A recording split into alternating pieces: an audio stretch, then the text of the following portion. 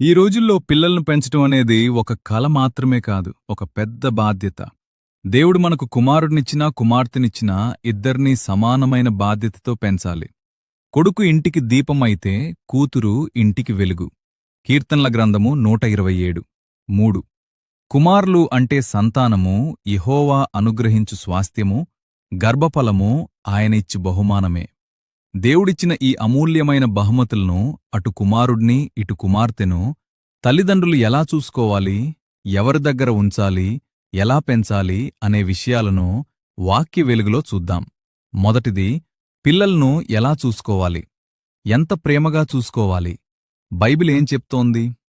తల్లిదండ్రులు తమ పిల్లల పట్ల కఠినంగా ఉండకూడదు, వారి మనస్సు గాయపడేలా ప్రవర్తించకూడదు. కొలోస్సైలకు రాసిన పత్రిక 3:21, తండ్రులారా, మీ పిల్లల మనస్సు వికలము కాకుండునట్లు వారికి కోపము రేపకుడి. ఈ రోజుల్లో చాలా ఇళ్లల్లో ఒక పెద్ద పొరపాటు జరుగుతుంటుంది. కొడుకునొకలా, కూతురునొకలా చూడ్డం. కొడుకు ఏం చేసినా వదిలేసి కూతురుపై మాత్రం ఆంక్షలు పెట్టడం, లేదా కూతురునెక్కువగా ప్రేమించి కొడుకును నిర్లక్ష్యం చేయడం.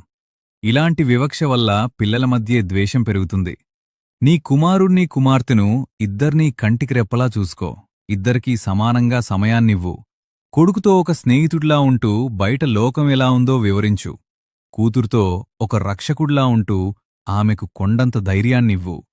ఇంట్లో వాళ్లకు ఎలాంటి కొరత లేకుండా చూడు. ముఖ్యంగా ప్రేమ అనే కొరత అస్సలుండకూడదు. ప్రేమగా చూసుకోమన్నాను అని గారాబం చేయకు, నీ పిల్లల భవిష్యత్తు పాడైపోతుంది. రెండవది, ఎవరి దగ్గరుంచాలి అంటే సురక్షితమైన వాతావరణం. బైబిల్ ఏం చెప్తోంది? మనం మన పిల్లలను ఎవరి సహవాసంలో పెంచుతున్నామనేది వారి భవిష్యత్తును నిర్ణయిస్తుంది. సామెతలు 13:20.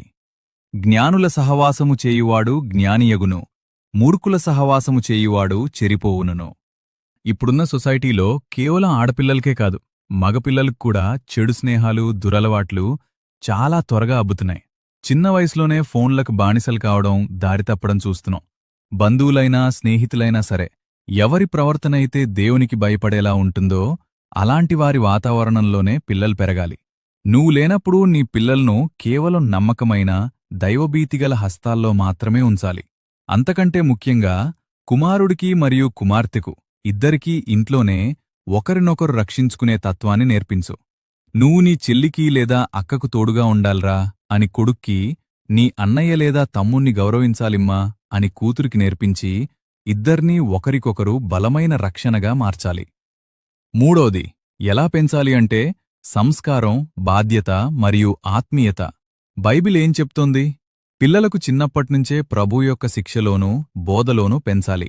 ఎఫెసీయులకు రాసిన పత్రిక 6:4, ప్రభు యొక్క శిక్షలోనూ బోధలోనూ వారిని పెంచుడి. నేటి సోషల్ మీడియా కాలంలో విలువలు పడిపోతున్నాయి.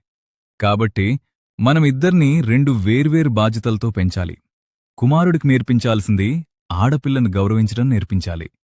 వేరే అమ్మాయిని చూసినప్పుడు ఎలా ప్రవర్తించాలి, ఒక స్త్రీకి ఎలా మర్యాద ఇవ్వాలి అనేది కొడుక్కి ఇంట్లోనే నేర్పించాలి.